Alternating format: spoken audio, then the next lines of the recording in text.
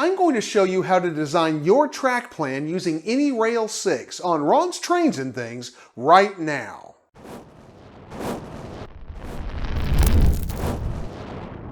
Hi, I'm Ron of Ron's Trains and Things, and if you'd like to see more model railroad tips, tools, and techniques, then be sure and subscribe down below and click that little bell icon so you can catch future videos.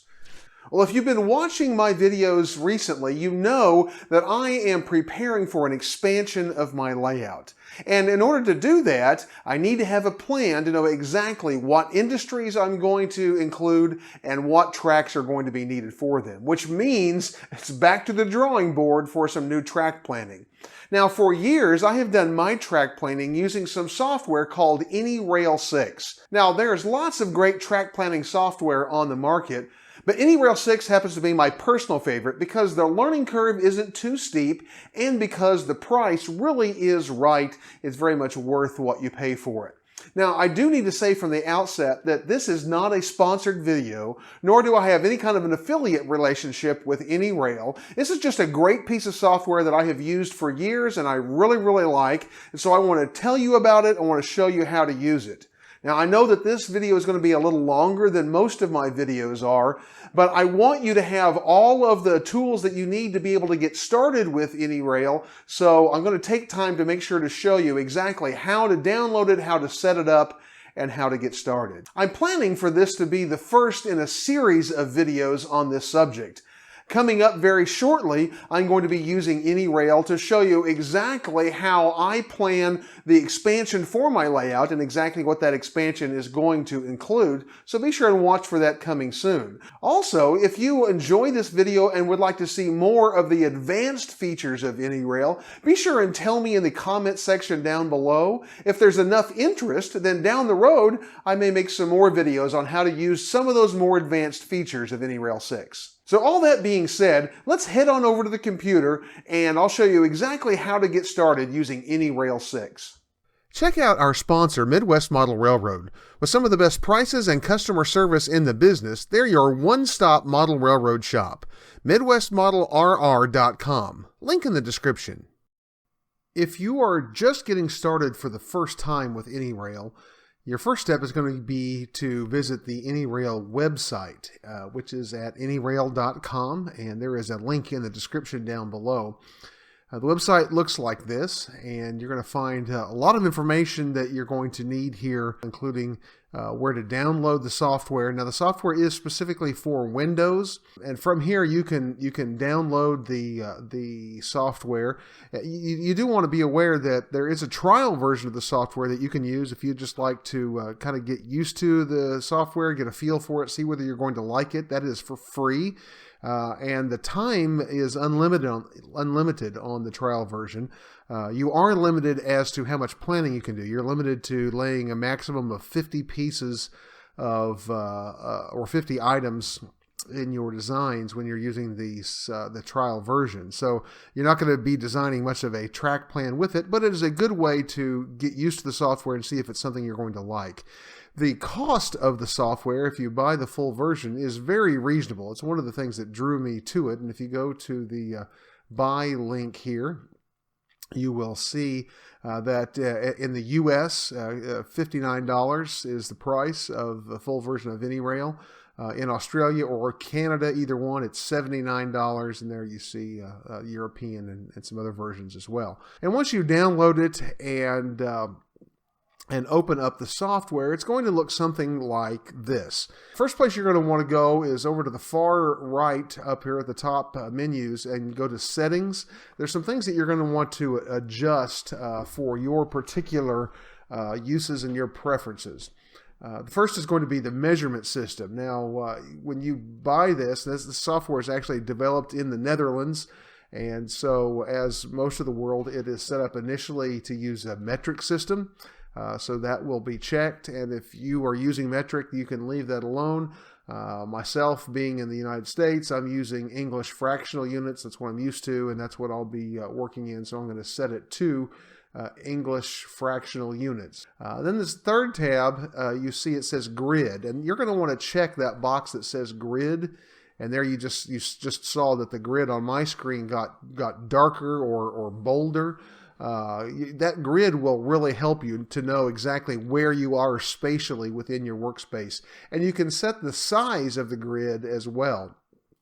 And this size will be according to whatever measurement system you have chosen. In my case, it's going to be inches. You see, I have a grid of 2-inch squares. If I wanted to have a grid of 1 foot squares, then I would put 12 in here for 12 inches. Hit enter, and there you can see the bold lines are 12 inches, and then I have the 2-inch lines in between. And that's where I actually like to work with mine, because then I can get fairly precise with the 2-inch grid, but I can also easily count larger distances with the 12-inch or 1 foot grid. You're going to want this background line checked as well. That keeps the grid in the background, and it'll kind of keep it out of your way as you are working. On the settings, you have a couple of settings here, and you can do whatever works best for you. This alert on too sharp of curves, you're going to want to leave that checked for sure. That's going to tell you whenever you set up what you want your minimum radius to be, or radii to be, that's going to use some color indications to tell you when your curves are sharper than what you have said you want your minimums to be. This alert on flex too long, I usually turn that off.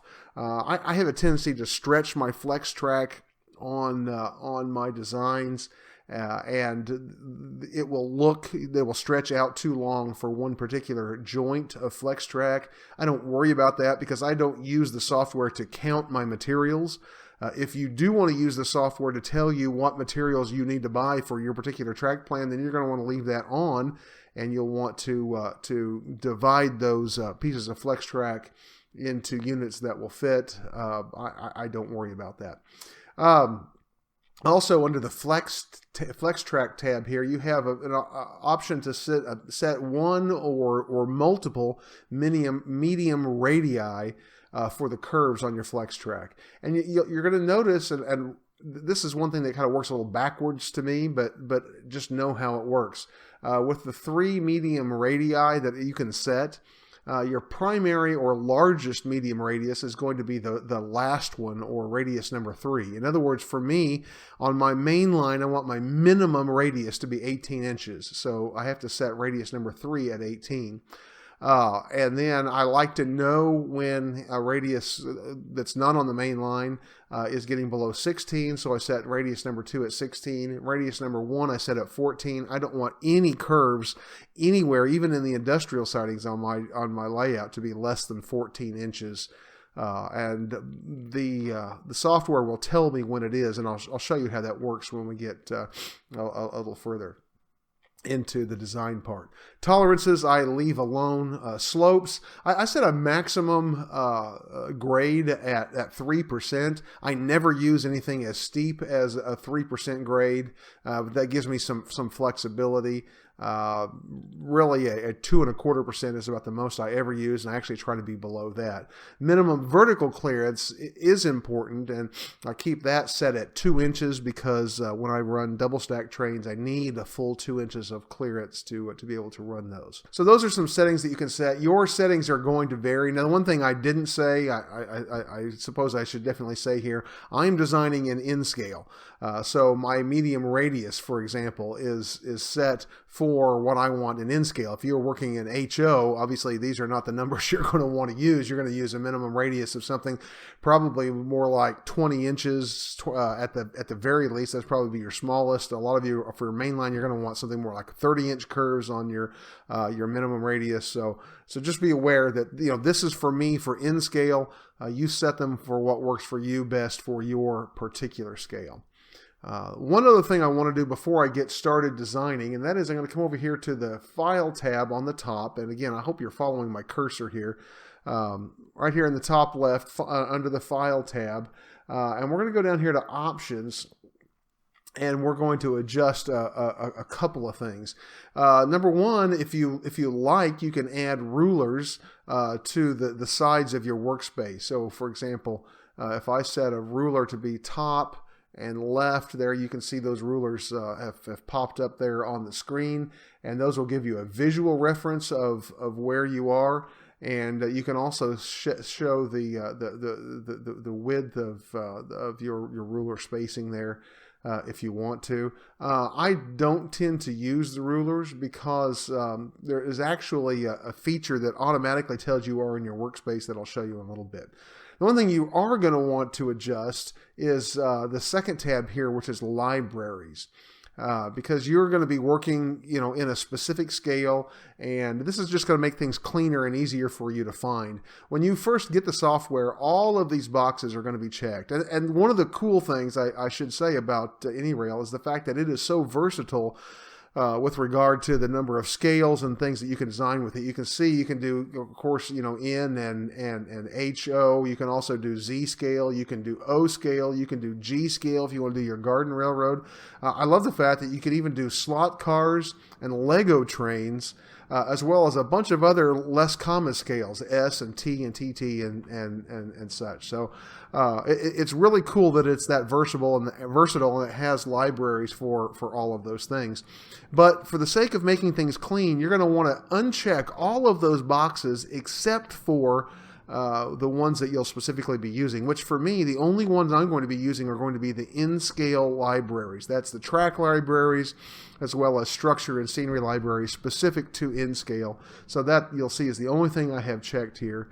And then I'm going to click Done. And now I'm ready to start designing. Now, when you're designing a track plan in AnyRail, you can set up your workspace in a couple of ways, and both of them are useful and appropriate depending on what you're doing. It's handy if you are designing a large layout to set your work area. Again, we're here in the Settings tab. This second tab over Work Area, I can actually define the area that's going to show on my screen, and I can set that to the size of my room if I'm doing a large layout and want it to be that size. On the other hand, if I'm doing a small layout, I may want to set that works area to be specifically the size of the layout that I'm designing. Now, you can use AnyRail to actually design and show your bench work, and I'm going to kind of show you how to do that in a little bit. But you can also simplify this process, just doing flat, not worrying about elevations, and just define it as your work area. What I'm going to do today is we're going to work in an area that many of us may start in. We're going to work in a 4x8, as if we were kind of building on a sheet of plywood. And so what I'm going to do is I'm going to come in here and get myself a room size of 12 feet square. Now 12 feet is of course 144 inches. This is working in inches, so I'm going to change this to 144 length and also 144 width. And there we can see the size of my room. Now I'm going to go over here to the left and go to this Home tab. That's the home and show and insert, or where we're going to spend the bulk of our time. Now I can define my layout space in a couple of different ways. I mean, I could just start drawing a track, and fit it within there. But I think it's really helpful to kind of define the space that we're working in.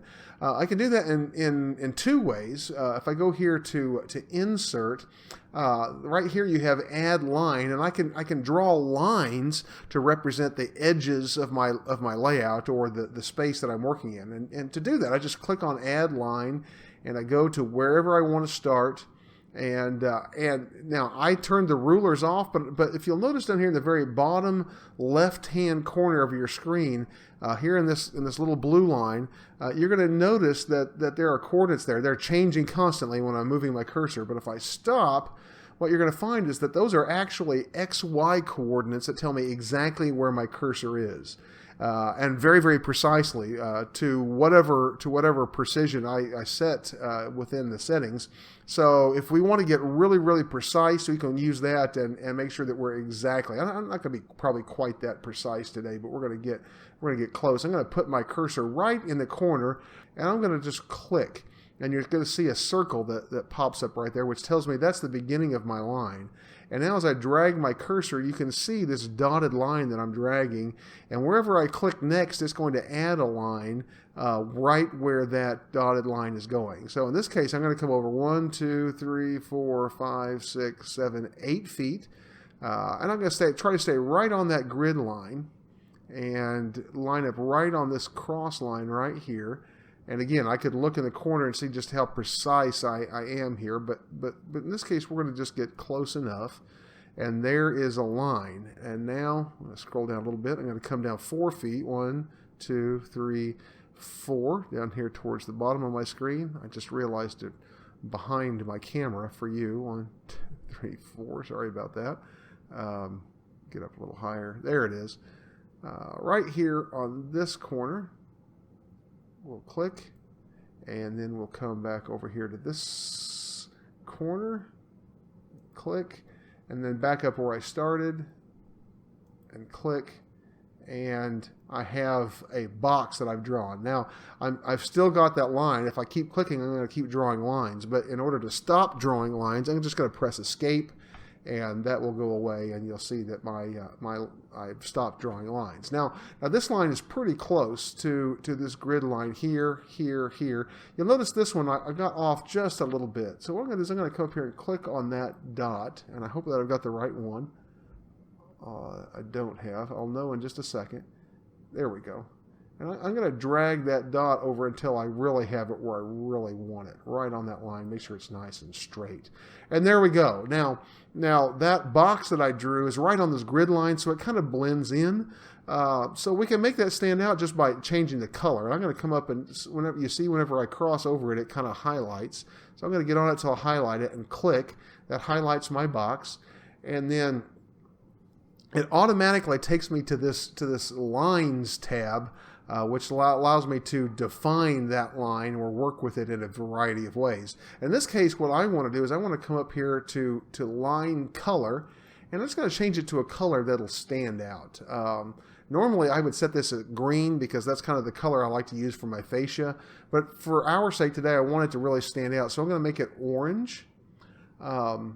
And then I'm going to click off of it just so you can see. Now that line is orange, but I want it to really stand out a little better than that. I want to really be able to tell where it is. So I'm going to click it again, and right here you see it says line width, and right now the line width is only showing 1/32 of an inch. I'm going to make it a little bolder than that, so I'm going to go back and make that an 1/8 of an inch, and that's going to make that line just a little bit bolder, and we could make that any size that we wanted just to make it really, really stand out. There's another way that we can define our workspace as we do this as well. If I go back over here to Insert, we can also actually add a sub-roadbed or a workbench top, a layout surface, however you want to call it, by adding a surface. This is actually a really, really good way to go for the sake of some later things that we can do, some more advanced things that we probably won't talk about in this video, but we may talk about in some future videos. So creating an actual benchtop surface is really helpful and handy to do. And to do that, I'm simply going to click on Add Surface, just like I did with the line, and I'm going to come back over here to the same space, and I'm going to click in kind of in the same place where these circles were before, and I'm going to click on one, and you see again I'm drawing a line, and I'm going to click on the second one, but you're going to notice something different happening here. As I drag it down here, you notice it's defining a plane, and it's of course coloring that plane gray. I'll click on this corner, and then I can come over and click in this corner, get it right where I want it. Okay. And now I'm done, so I'm continuing to drag it around, but if I want to stop there, I just hit Escape, and it's gonna define that with a straight line between the last point that I made and the first point. Now, before I go any further, I need to do something with that, because right now that's just a gray square, and the software needs to know what to do with that. So I'm going to go to the edge. I can't click in the middle. That doesn't do anything, but if I go to the edge, you see it kind of highlights, and right now it's the edge is black. You see that stand out. I'm going to click on that, and you see the edge turned green, and that tells me that I've highlighted it. And then right here, again, we've got this manipulation tab, which in this case is called surfaces, and tools for different ways that we can work with that surface. And in this case, I'm going to tell the software that surface that I just created is my tabletop. So I'm going to click tabletop.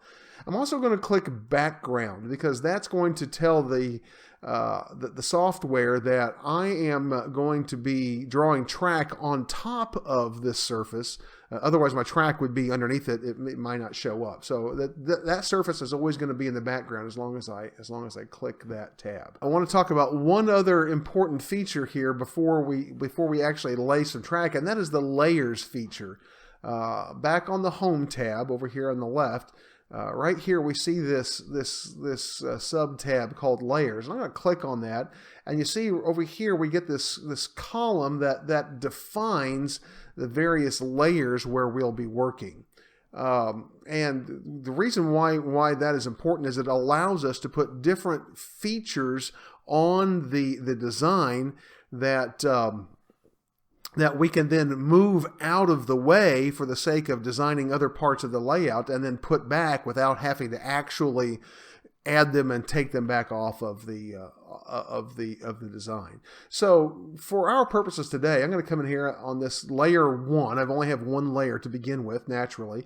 I'm going to double click on that and highlight that, and I'm going to call this first layer my track layer.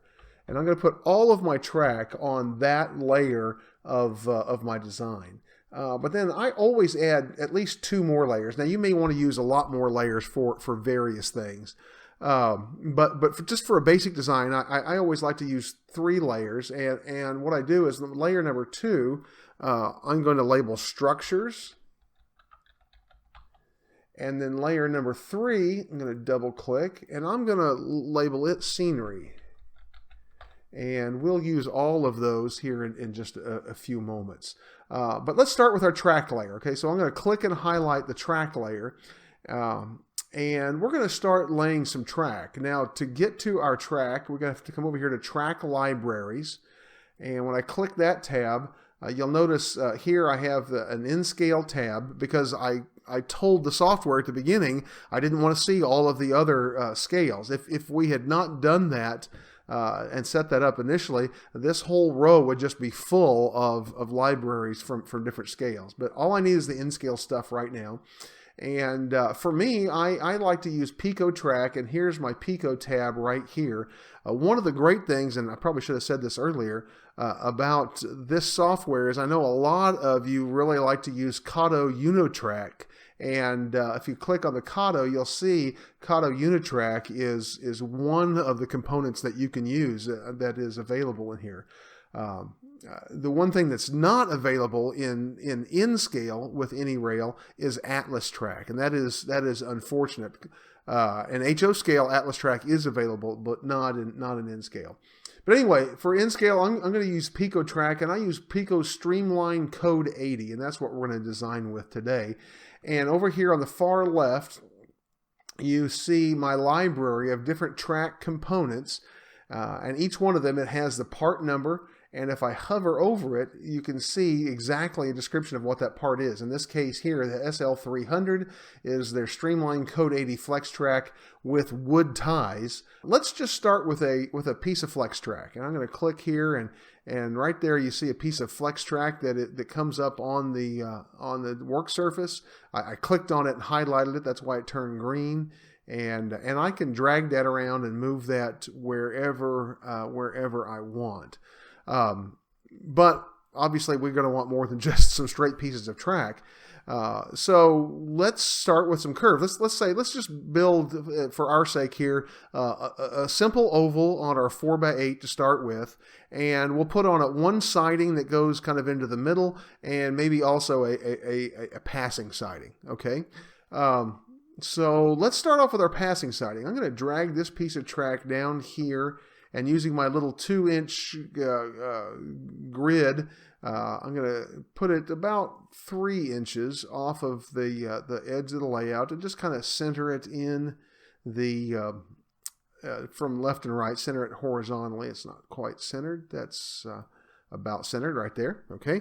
And then I know when I put my if I put my passing siding down here, I'm going to want it about 1.5 inches above this or inside of the circle. So what I can do, and almost all of the features I'm going to show you today have menus up here on the bar that you can use, but many of them also have a menu that you can use simply by right-clicking your mouse on the item. So in this case, I've got my piece of track highlighted, and I'm going to right-click on it, and here I have a bunch of options, but one of the options that I have is Add Parallel Flex. And so I'm going to click that. I'm going to add parallel flex. It asks me for a distance, and I'm going to tell it I want this to be, I'm going to say 1.5 inches, so 1.5 inches, and I want it above that piece of flex track. And I click on it, and voila, I have a second track right there ready to go for my passing siding. For a smaller oval like this, I think we'll use a smaller radius, the medium radius. And we need a left-hand switch right here. So I'm going to click there. And here's my left-hand switch right here. Now this is where we start to get interesting, because this is where we start to see how our track goes together. I'm noticing this is a little bit dark, so I'm going to make one little change here. I'm going to change the color of my work surface here to a lighter color, just so you can see these things a little bit better. Change it to a light blue, I think. Oh, that's the line color. The fill color. I'm going to change the fill color to a light blue. Now you can see that track a little bit better. Okay. Now, if I click on this turnout, and I want to click the through route on this turnout to this track, and the diverging route ultimately to this one. So what I can do is I can just drag, you can see the little points that are on the ends of the track, and I can just drag this up here, and if I line up the straight or through track with the track there, you see when they get close together, that blue circle that pops up, that tells me that if I let go of this, those tracks are going to join right there. So if I let go, you see there I have joined that track. I'm going to zoom in a little bit here so you can see this a little bit better. There we go. Okay, so I've got my turnout. I've got it connected to my main line here. Something else that's really, really handy too. Anytime I highlight a piece of track, down here at the bottom in this little blue line, it tells me exactly what that particular item is. In this case, that was a code 80 streamline left-hand turnout, the 8-degree with a conductive frog. Normally I use Exzel frogs. I just grabbed the wrong one there, but we'll just work with the conductive frogs pieces for this particular project. So that'll be okay. So now I need the right hand, and here is my right hand conductive frog. Okay, so I've got this piece here. Now you'll notice, of course, this piece this turnout's turned the wrong way. I can turn that around in one of several ways. One, I've got this little bar right here, and I'm realizing that that's behind the screen and you can't see it. There, I've got this little bar right here, and I can grab that right there, and I can turn that to any angle that I want. So I could use that to turn that. I can also right-click on it and set rotate, and this will allow me to rotate an item to any degree that I want. It will allow me to turn it 5 degrees one direction or the other, or 30 degrees one direction or the other, or 90 degrees. So in this case I could click it 90 degrees twice, and that would do it. And there I have it close to where I need it. Or I can also, and you see that rotate button is also up here on the menu bar. There's also a flip button on the menu bar, or on the right click menu here, flip. And you see when I click that, it just flips the item right around. If I get it close, it doesn't have to be perfectly turned to line up, because whenever I drag it up here to connect to this track, you're going to notice that it's going to automatically align with that track that I'm connecting it to. The one that I'm moving is the one that's going to align with the one that is stationary. So here's my two turnouts. Now I need to connect my track. Now I've got this track at the right distance that I want it, and I don't want that to move. So what I'm going to do is I'm going to actually cut a couple pieces of this flex track here on the ends to enable me to connect it without moving this track. So I'm right clicking, and in this case I want to make sure I know exactly where I want to cut this track for the sake of making my turnout. So because where I right click it, in this case I'm going to go here and cut flex track here, and you see right there it's created a joint. And so now this is two pieces of flex track that are connected to one another. Now I can right click on that connection and I can click disconnect, and now they're disconnected and I can move that around. But in this case I want them connected. I don't want this piece of track to move. So this piece of track in the middle, I'm going to click and highlight just it. And this tools bar that comes up for track, way over here to the left, you see this tab that says glue. I'm going to click on that. You see a little icon appears right there, and that's going to tell me that that track is not going to move no matter what I do. Now I'm going to show you why I want to do that. I'm going to unglue that, and I'm going to grab this piece of flex track here. Now this is a separate piece, remember, because I cut it, but if I manipulate this piece and change its shape, you see it also changes the shape of that one in the middle. And I don't want to do that. I want that one in the middle to stay straight. So I'm going to go there, I'm going to click my undo button a couple of times to straighten everything back up. And so if I come here and click glue on this middle piece, it's not going to move. Now I can move this and I can manipulate this piece all I want, and my piece in the center is not going to move. Now notice now, as I've been playing with this, these two little plus signs, those are control bars that help us to shape our flex track. So in this piece, I'm going to take this piece of flex track down here and I'm going to connect it to my turnout. But you'll notice all the red and yellow that's inside of that piece of flex track. Let me zoom in just a little more for you here. And get that up above my camera shot. Those are telling me that those radiuses those radii are not conforming with my minimum radius that I had set for my layout. But I can manipulate these in order to make those radii change, in order to change the shape of the flex track. And you see, I'm not really getting it where I need to be, which means that what I may need to do is come back. I'm going to hit undo several times here.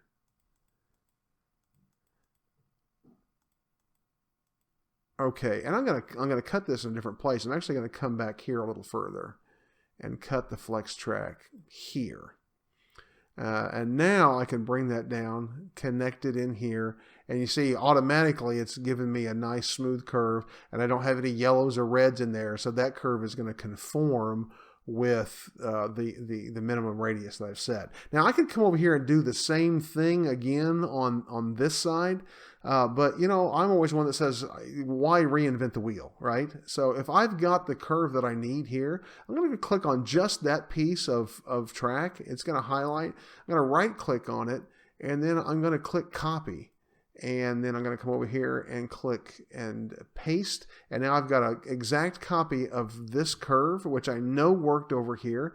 If I take that and click the flip button to turn it around, and now it's turned the other direction.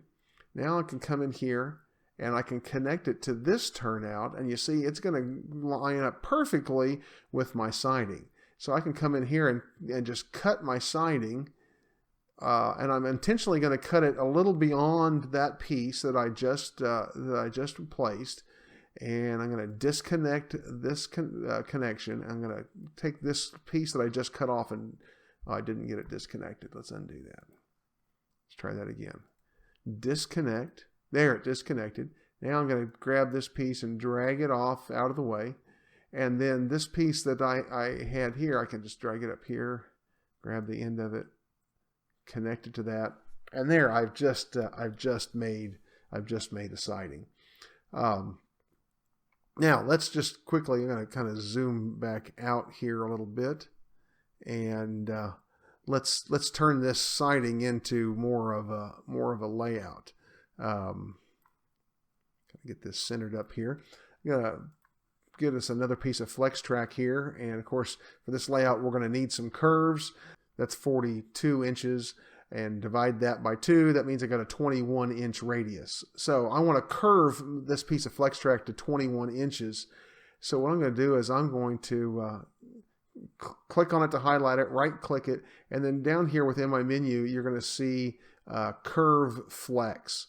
That's also on this menu up here at the top right here, curve flex.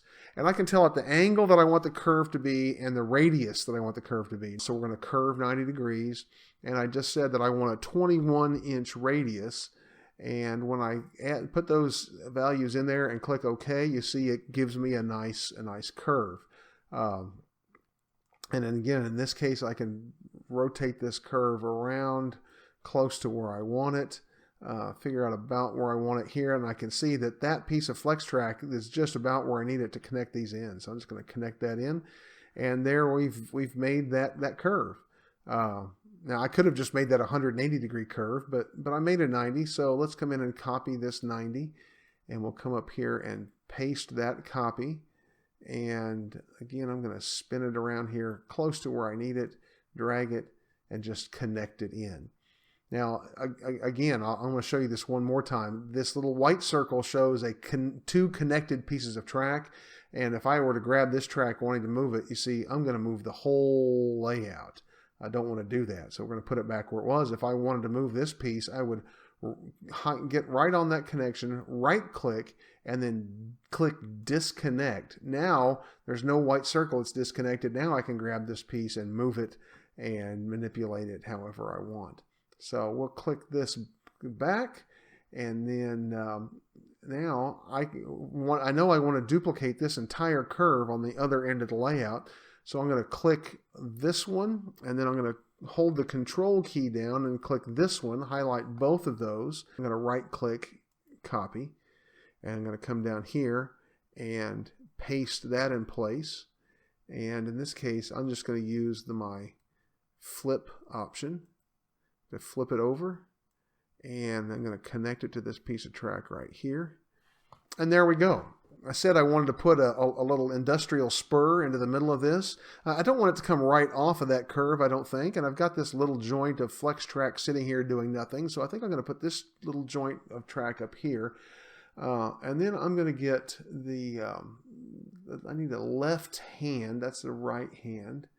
Here's the left hand curve, and this is the medium radius, and I want to show you here that I don't have to turn this all the way around. Even if I just turn it that much, I know that I want this end to connect to this end right here. So as long as I can get them to one another, they'll turn blue. Boom, you see how that lined up. The piece I was dragging always lines up with what is already available. And then another piece of flex track here. It's going to be longer than I need, and that's okay because I can come right in here and grab the end of it. I'm going to zoom in a little so I can see this piece of flex track. There's the end right there. I'm just going to drag it backwards, and it's going to automatically shorten it for me. I'm going to pop it in right there, and there we have that turnout in place. And then finally, we're going to come in with another piece of flex track. I'm going to come in and join it to that right there. It's going to line up with that. And in this case, I probably want to curve that down here maybe somewhere. So we'll just curve it down here, and we will use our little manipulation points to adjust the curves so that they kind of fit within our parameters. And there we go. One last thing, and I know this video is getting a little long, but one last thing that I want to show you is how to use some object libraries, because this will make a lot more sense if we add some structures or things to it. So you'll see right here there's this thing called object libraries up here at the top. And that has some libraries that come with the software. The most useful of these is going to be the scenery library in this particular section, general scenery. I can get rid of my track right now. Now again, if I'm doing scenery, remember I have been working on the track layer. I'm going to click on the scenery layer, and then I'm just going to add in some trees. And you see I'm just going to click a bunch of these. And we're just doing this for the sake of interest right now. I just put a bunch of those in one place there, but then I can click individually and drag them and drop them where I want them. Just put a few on each side of the track up here, as if maybe this was a little hill covered with mostly pine trees in this case, and the track kind of goes through that little bit of forest like so. And again, if I'm working here and for some reason that scenery is in my way, I can come up here to my layers tab, and where it says scenery, that little light bulb, when it's glowing like that, shows me that that's visible. But if I click that bulb, I can turn that layer off, get it out of the way, and do my work, and then turn it back on and get it right back. The other thing that sometimes we will want to add will be some structures. Now in our objects library, you'll see here that there are these are signals from different companies, and then Walters, you're going to see has a menu here, and it just has a few structures that are available, but we're going to find some others in a moment, and in this case we can take these.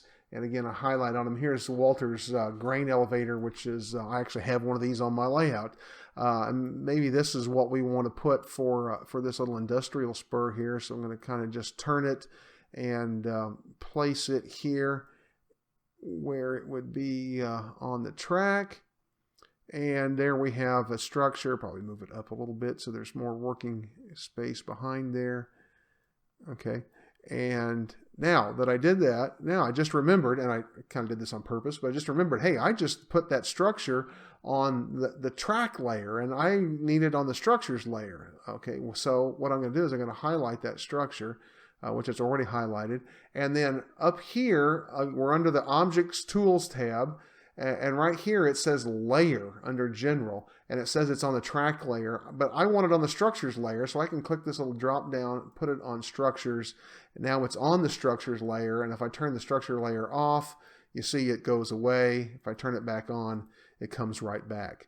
Now again, there's not a lot of structures available in the libraries that come with this, but if you go up here at the top and look at this tab that says User Objects, and right here it says download new items. If you've never used this software before and you never downloaded new items, this is something that you're going to find a ton of stuff on here, and it's going to take a little while to download them the first time.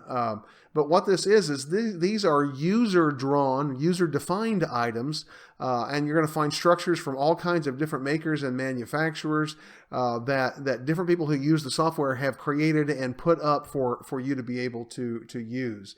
And if I go to over here, you see where I have downloaded some user items, and here you see whole lists of manufacturers. Here's Blairline, Chooch Enterprises, DPM. Although the DPM structures you'll find more under Woodland Scenics because they own DPM now. Woodland Scenics, Walters, there are a ton of Walters structures in here.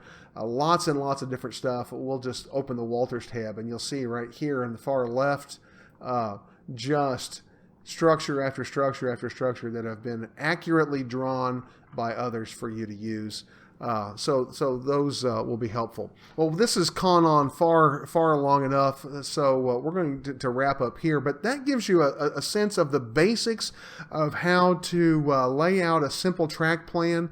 And if I get some interest in this subject on this video, then I would like to come back maybe in the future and do a few more videos on some of the more detailed and a little more advanced features of AnyRail 6. So if you're interested in those videos, please let me know in a comment down in the comment section down below. Well, I hope that gives you what you need to get started using AnyRail 6. And if you've not used it before, I really think you're going to love this piece of software because of its ease of use and its very powerful features. Some of the things that I haven't shown you today are some of its 3D features, as well as its ability to create things for you, like a helix, for example, where it can design that in an automated fashion, and lots more features. Again, if you'd like to see more about that, let me know in the comment section down below. We may revisit some of those advanced features in the future. Well, if you enjoyed this video, I think you would also enjoy seeing a layout tour of my layout, the Texas, Colorado, and Western, and you can find a video with that layout tour in the card in the corner of your screen right now. Well, be sure and take a moment to check out the description down below, where you're going to find my Amazon pick of the week, my MicroMark promo code, and tons of other great links that I know you'll enjoy. Well, if you'd like some more Model Railroad content right now, check out the links on your screen. And be sure and join me each Tuesday as I bring you even more great Model Railroad videos. And I look forward to seeing you then. 10, Lizzie.